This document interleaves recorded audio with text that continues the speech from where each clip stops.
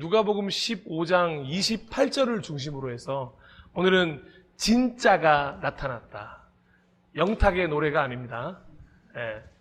설교 주제 제목으로 진짜가 나타났다라는 제목으로 함께 잠시 말씀을 나누도록 하겠습니다. 이 누가복음 15장 탕자의 비유가 나올 때마다 아니면 또 들을 때마다 반드시 같이 생각되는 찬송가가 한 장이 있습니다.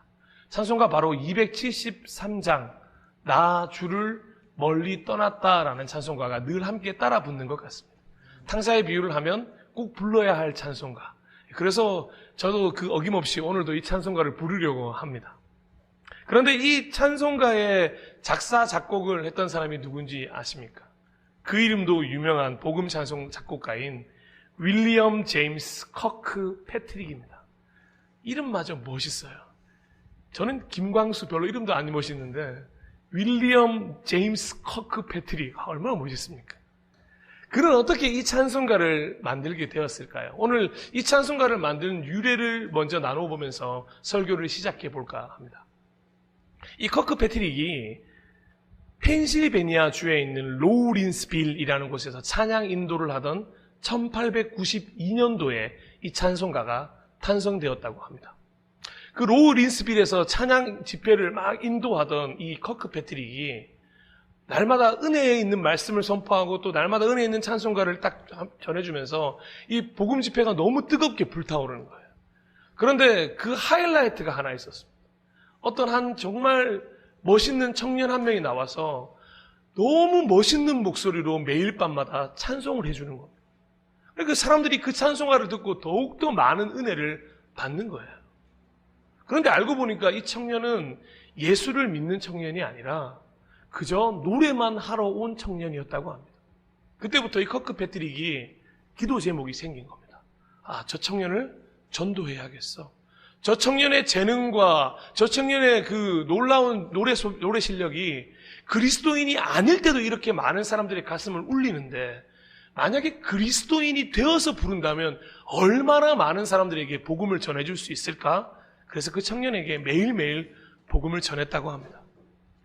보통 이쯤 되면 청년이 바로 복음을 받아들였다고 해야 이 찬송가가 나올 거 아니겠습니까? 그런데 그 청년이 도무지 이 말씀을, 이 전도를 받아들이질 않는 거예요. 저는 괜찮습니다. 저는 그냥 노래만 부르고 갈게요. 그래서 커크 패트릭은 이 집회를 나에게 인도하신 이유는 이 청년 때문이구나 생각하고 이 청년을 위해서 밤낮으로 기도하기 시작합니다. 새벽 기도회, 아침 기도회, 점심 기도회 가리지 않고 계속 기도를 하기 시작하는 거예요. 이 청년을 위해서. 그렇게 기도하던 와중에 갑자기 이 커크 패트릭의 심중에 화살처럼 날아와 꽂히는 단어가 하나 딱 있었어요. 그 단어를 딱 듣자마자, 마음속으로 듣자마자 바로 가사를 써내려 가기 시작했다고 합니다. 그 가사 제가 한번 읽어드릴게요. 이런 가사입니다. Coming home, coming home, never more to roam. Open wide thine arms of love, Lord. I'm coming home. 나 이제 집에 옵니다. 더 이상 방황치 않고 주여 당신의 사랑의 팔을 넓게 벌려 주옵소서. 이런 가사를 바로 마음속에 들었던 대로 적었다고 합니다. 그리고는 단숨에 5절까지 써내려간 거예요. 그렇게 써내려간 찬송가를 오늘도 찬양하러 온 그 청년에게 오늘 이렇게 찬송가를 만들었는데 불러줬으면 좋겠어 하고 그 찬송가를 내밀었다고 합니다. 근데 이 청년이 1절을 부를 때 조금 이상한 겁니다. 가사가 뭐지? 왜 이러지?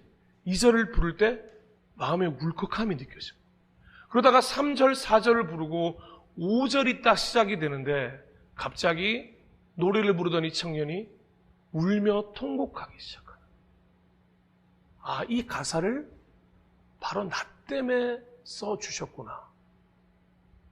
하나님이라는 존재가 살아있구나.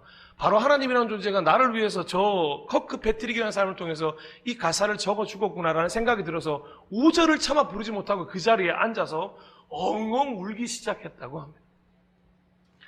평소에 그 어떤 찬송가를 불러도 그 정도의 은혜가 없었는데 이 청년은 깨닫게 된 거예요. 그때 눈물을 흘리면서 이 찬송가 5절을 부르게 되는데 이 5절이 그렇게 유명한 구절입니다. 이따가 제가 불러드릴게요. 근데 이 5절을 다 부르고 나니까 정말로 은혜에 우리 그렇게 표현하지, 은혜의 도가니가 된 거예요. 그리고는 이 찬양이, 이 찬송가가 연마을 복음 집회마다 퍼져나가기 시작하면서 수많은 탕자들을 돌아오게 만드는데 가장 많이 사용되었던 찬송가가 되었다고 합니다. 그리고 바로 이 찬송가의 배경이 되었던 게 오늘 함께 교독하셨던 누가복음 15장 11절에서 32절 말씀이라고 합니다. 물론 이 찬송가의 유래도 너무 흥미롭습니다. 그런데 저는 개인적으로 이 찬송가가 가장 은혜로운 이유가 뭐냐면 바로 주어가 나라는 데 있습니다. 나.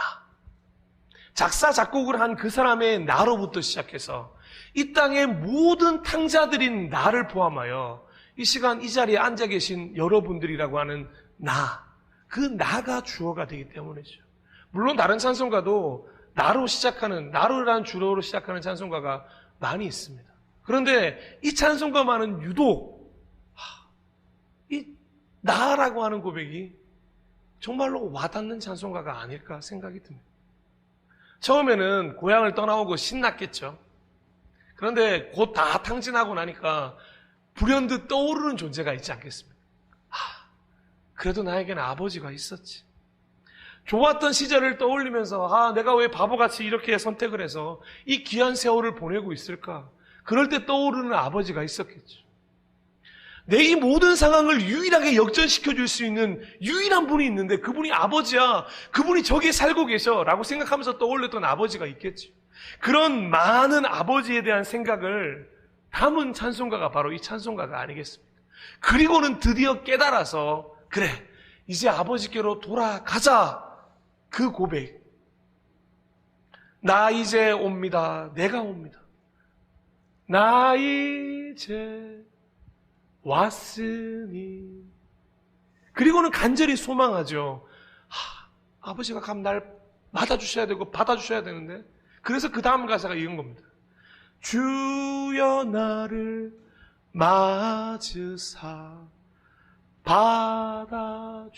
받아주소서.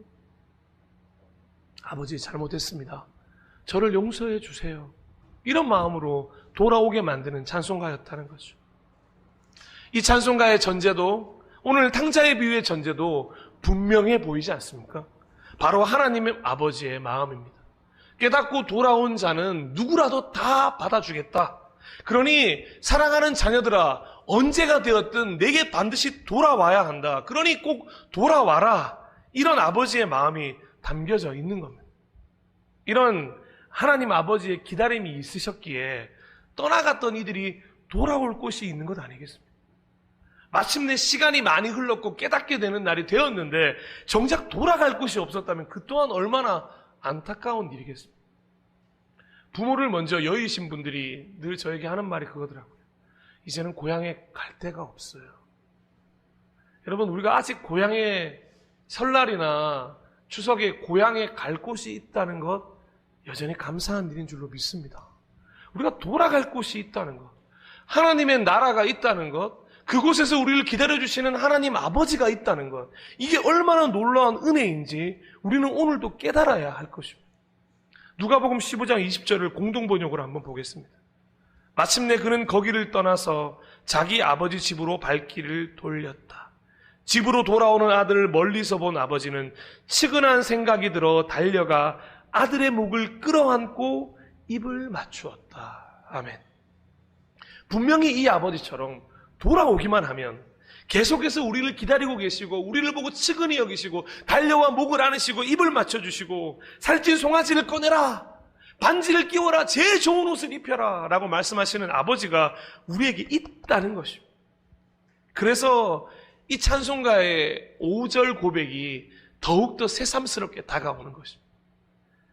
나 바랄 것이 무언가 우리 주 예수. 세상 모든 것 바래봤고 내가 원하는 것 다 바래봤는데 나 오직 바랄 건 예수밖에 없었구나, 하나님 아버지밖에 없었구나, 그 은혜밖에 없었구나. 혹시 저처럼 이 5절을 고백할 때마다 좀 이렇게 울컥한 경험을 하신 적이 있으십니까? 이 9절을 부를 때마다 날 위해 독생자 아들까지 그 목숨까지도 내어주신 하나님의 사랑에 저는 늘 벅차오르는 것 같습니다. 그래서 눈물도 벅차오르고, 또 반면에 왜 이런 아버지를 내가 떠났을까? 죄책감도 차오르기도 합니다. 돌아갈 수 있을까? 이런 나를 받아주시기는 할까? 두려움이 차오르기도 합니다. 그런데 그 모든 상황을 다 뒤집어 엎으시는 한 가지 은혜가 무엇인 줄 아십니까? 하나님이 우리를 기다리고 계신다는 것입니다. 지금도 변함없이 우리가 돌아오기만을, 하나님 곁으로 와서 하나님과 함께 살기만을 기다리고 계신다는 것입니다. 그래서 나 바랄 것이 무언가? 우리 주 예수, 주님, 나 두 손 들고 나아갑니다. 도대체 왜 하나님은 우리를 이렇게 사랑하시는 걸까요? 도대체 하나님은 왜 나 같은 사람을 이렇게 사랑하시는 걸까요? 도대체 왜요? 혹시 여러분들은 그 사실을 알고 계십니까? 사랑하고 존경하고 축복하는 모든 동역자 여러분, 이 전제는 지금 이 순간에도 변함이 없습니다. 그래서 우리의 결정은 오늘 본문에 나오고 찬송가에 나오는 바로 이 결정이어야 할 줄로 믿습니다. 누가복음 15장 18절입니다. 내가 일어나 아버지에게 돌아가서. 찬송가 273장 후렴처럼 나 이제 왔으니 내 집을 찾아. 본인이 탕자라고 생각하십니까? 둘째 아들이라고 생각하십니까? 아니, 그 정도까지는 내가 아닌데 그래도 하나님께 돌아가야 하지 않겠어? 라고 생각하신다면 가장 중요한 것은 이것입니다. 생각을 하셨다면 당장 결정하셔야 한다는 것입니다. 지난주에 함께 나누었던 헬라어 기억나십니까? 포레우소마이, 잊지 않으셨죠? 이 헬라어를 영어로 번역하면 더욱 흥미롭게 사용된다고 말씀드렸습니다. I will go. 그래, 결정했으니 지금 가자. 그래, 가자. 지금 당장 움직이는 것입니다. 지금 당장 하나님 품으로 돌아오시면 됩니다. 지금 이 순간 같은 공간에 있지만 하나님 품으로 완전히 변화되는 것이죠. 깨달았다고 눈물만 흘리고 있을 것이냐? 그래, 돌아가야 되는 거 아는데 생각만 할까? 그렇게 망설이지 마시래요. 그렇게 망설이는 시간에 하나님과 함께 할 그 즐거운 시간이 다 지나가고 있습니다. 혹시나 자녀들 중에 부모님과 다투어 보신 적이 있으십니까? 혹시 부모님들 중에 자녀들과 다투어 보신 적이 있으십니까? 가장 좋은 방법이 뭔지 아십니까? 빨리 화해하는 것. 보내야 할 행복한 시간이 너무 많은데 자꾸만 마음이 틀어져서 아빠 엄마가 나한테 사과하겠지. 자식 저기 나한테 화해 요청하겠지. 맨날 기다리다 보면 서로 극과 극을 달리다 보니 화해하지 못하고 행복한 시간들이 흘러가는 것 잘 알고 계시지 않습니까? 그럴 때 누가 먼저 손을 내미겠습니까? 부모 여러분이 먼저 손을 내미시겠습니까? 자녀 여러분이 먼저 손을 내미시겠습니까? 누구라도 괜찮습니다. 먼저 손을 내밀어 더 빨리 함께만 할 수 있다면 행복한 시간을 더 많이 만들 수 있는 것 아니겠습니까? 그러니 하나님 아버지와도 마찬가지입니다. 그냥 혼자 고민하고 혼자 생각하고 내 인생 왜 이럴까 고민하는 그 시간에 하나님과 함께 고민하고 하나님과 함께 걷고 하나님과 함께 살아가는 것이 훨씬 더 중요한 선택이라는 것입니다. 그렇게 누가복음 15장 20절부터는 둘째 아들과 아버지의 만남으로 막 분위기가 점점 고조되기 시작합니다. 그런데 알고 계십니까? 아직 클라이막스가 아닙니다. 하이라이트는 아직 오지도 않았습니다. 오히려 누가복음 15장은 멀리 떠났다 돌아온 둘째 아들을 주인공으로 캐스팅하지 않은 것 같습니다. 반전이 있다는 것입니다. 누가복음 15장의 소위 이 탕자의 비유는 둘째 아들로 시작해서 첫째 아들로 진짜 탕자가 누구인지 옮겨가는 듯 보입니다. 늘 아버지와 함께 있었지만 함께 있지 않았던 첫째 아들이 히든 메인 캐릭터, 즉 숨겨진 진짜 주인공인 아닐까요? 예수님이 이 비유를 하신 진짜 이유가 바로 이 첫째 아들이야말로 돌아와야 함을 말하고 싶으셨던 것이 아닐까요?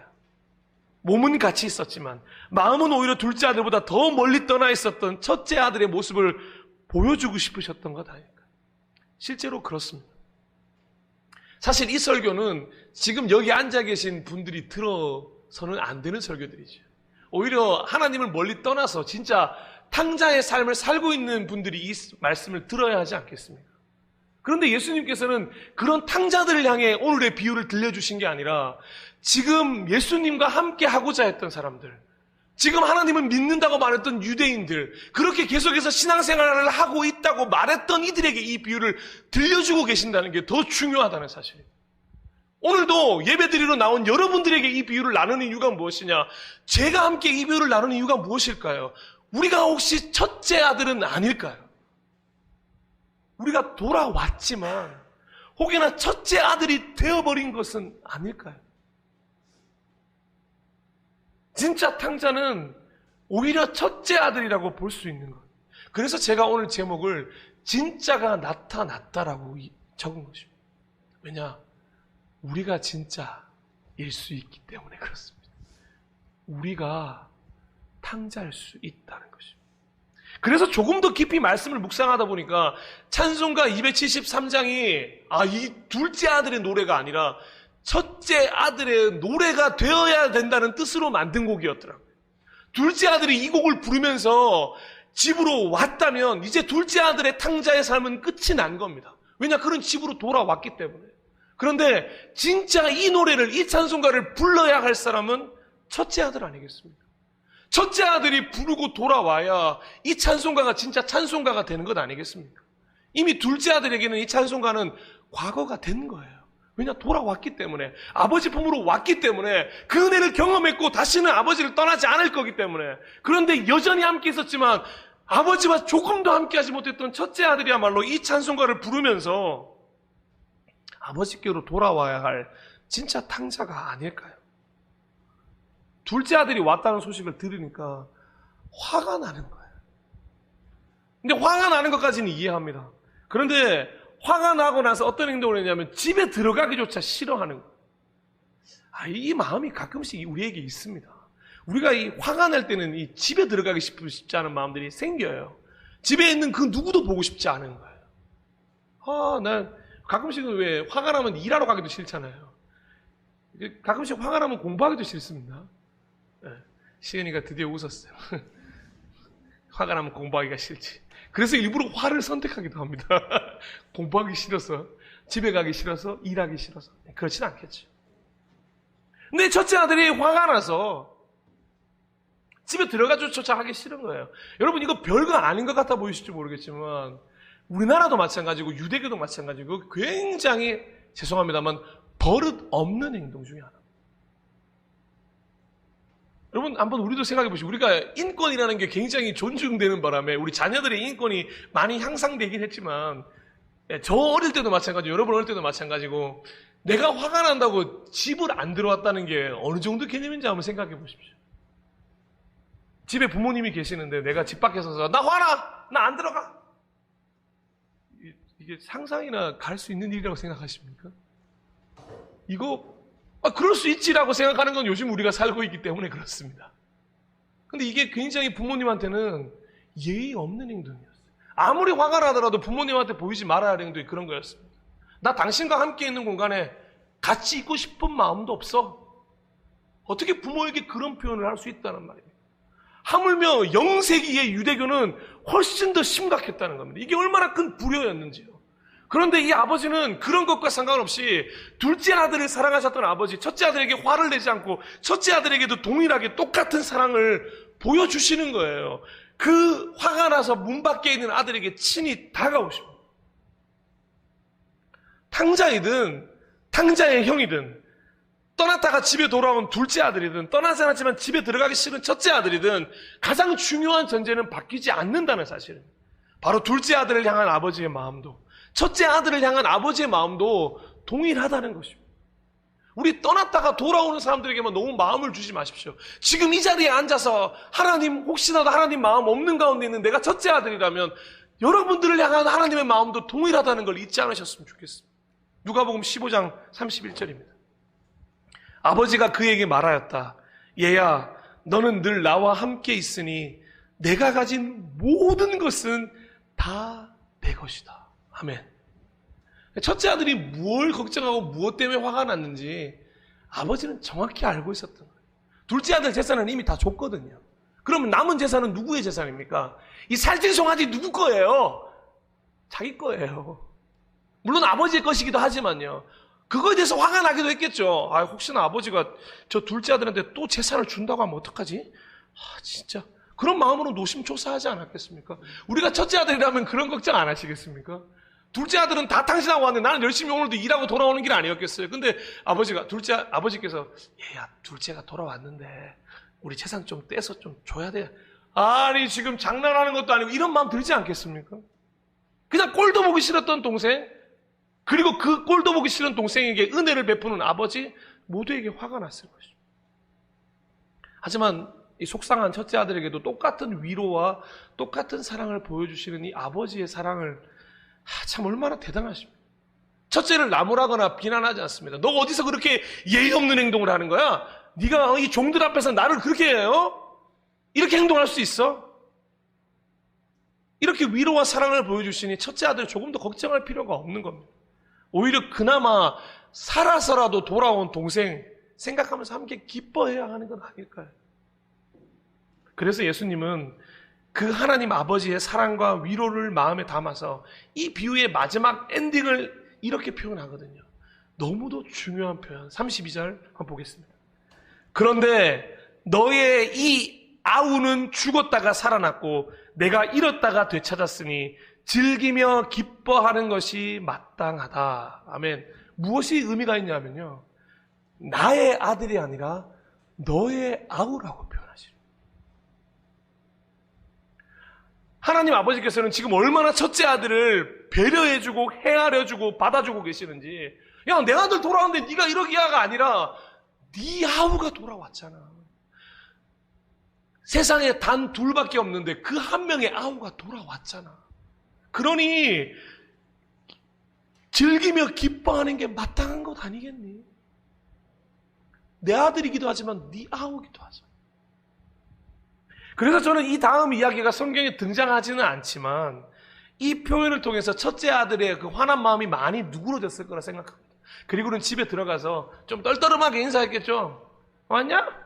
그래, 놀디 재밌디? 그래요. 여튼 잘 왔다. 그래, 목숨이라도 부지하고 돌아온 게 어디냐? 고기 먹자. 라고 받아주지 않았을까요? 아니, 솔직히 그랬으면 좋겠다는 마음이 이 비유의 끝을 내면서 제 마음속에 드는 마음입니다. 이렇게 이 32절 구절을 마무리해서 탕자의 비유가 끝이 납니다. 둘째 아들로 시작해서 첫째 아들로 이야기가 끝이 난다는 거죠. 물론 이 비유는 알려진 대로 유대인과 이방인 그들에 대한 비유이기도 할 것입니다. 하지만 저한테는 이렇습니다. 이 땅에서 하나님 아버지의 사랑을 깨달은 사람은 물론이고 아직 깨닫지 못하고 있는 많은 사람들까지 모두 다 돌아오라고 권면한다는 생각이 들었습니다. 모두 다 하나님께 돌아오라는 것이죠. 깨달은 사람이든 아직 깨닫지 못한 사람이든 모두 하나님이 기다리고 계신다는 것을 오늘 말씀해 주고 있다는 것입니다. 혹여나 지금 예배드리고 있는 사랑하는 동역자 여러분 마음속에 여전히 철벽 같은 마음이 있으셔서 나 아직 돌아갈 마음 없어. 혹여나 그러셔도 괜찮습니다. 그런데 한 가지만 알고 가시지 않겠습니까? 하나님은 그래도 당신을 기다리고 계신다는 것을. 결국 하나님 아버지의 모든 자녀들이 돌아오길 바라는 마음이 담긴 비유가 바로 이 탕자의 비유라고 볼 수 있는 것입니다. 설교를 마무리하겠습니다. 사랑하고 존경하고 축복하는 예배자 여러분, 마지막으로 질문을 하나 드리고 싶습니다. 제가 언제나 이 본문을 묵상하면서 마지막에 저 스스로 꼭 이런 질문을 하게 되는데 그 질문을 좀 드리고 싶습니다. 나는 깨닫고 아버지께로 돌아온 둘째 아들입니까? 아니면 하나님과 함께 있는 듯 보이지만 하나님께로 돌아오지 못한 첫째 아들입니까? 그도 아니면 둘째 아들이었지만 첫째 아들이 된 것은 아닐까요? 여러분은 어떠십니까? 여러분은 현재 어떤 아들이십니까? 오늘 이 시간 스스로 한번 답을 해보셨으면 좋겠습니다. 첫째 아들인지 둘째 아들인지, 둘째 아들이었다가 이제는 첫째 아들이 되었는지. 그리고 결론적으로 본문 묵상을 마무리하면서 깨닫게 되는, 계속해서 반복해서 확신하게 되는 가장 중요한 것, 둘째 아들이든 첫째 아들이든, 둘째 아들이었다가 첫째 아들이 되었든 하나님 아버지의 사랑은 여전히 변함이 없다는 것입니다. 그리고 하나님 아버지 품으로 돌아오라는 것입니다. 내가 어떤 아들인지가 중요한 것이 아니라 여전히 돌아오길 바라시는 하나님 아버지가 계신다는 것이 훨씬 더 중요하다는 것입니다. 돌아갈 곳이 있습니다. 우리 모두에게는 돌아갈 곳이 있습니다. 내가 둘째 아들이기에 둘째 아들처럼 깨달았다면 당장 돌아오십시오. 하나님 아버지 품으로. 내가 첫째 아들이었구나 깨달았다면 당장 돌아오십시오. 하나님 아버지 품으로. 내가 둘째 아들이었는데 다시 첫째 아들이 되었구나 깨달았다면 당장 돌아오십시오. 하나님 아버지 품으로. 하나님은 지금도 우리를 기다리고 계십니다. 여전히 변함없는 사랑으로 기다리고 계십니다.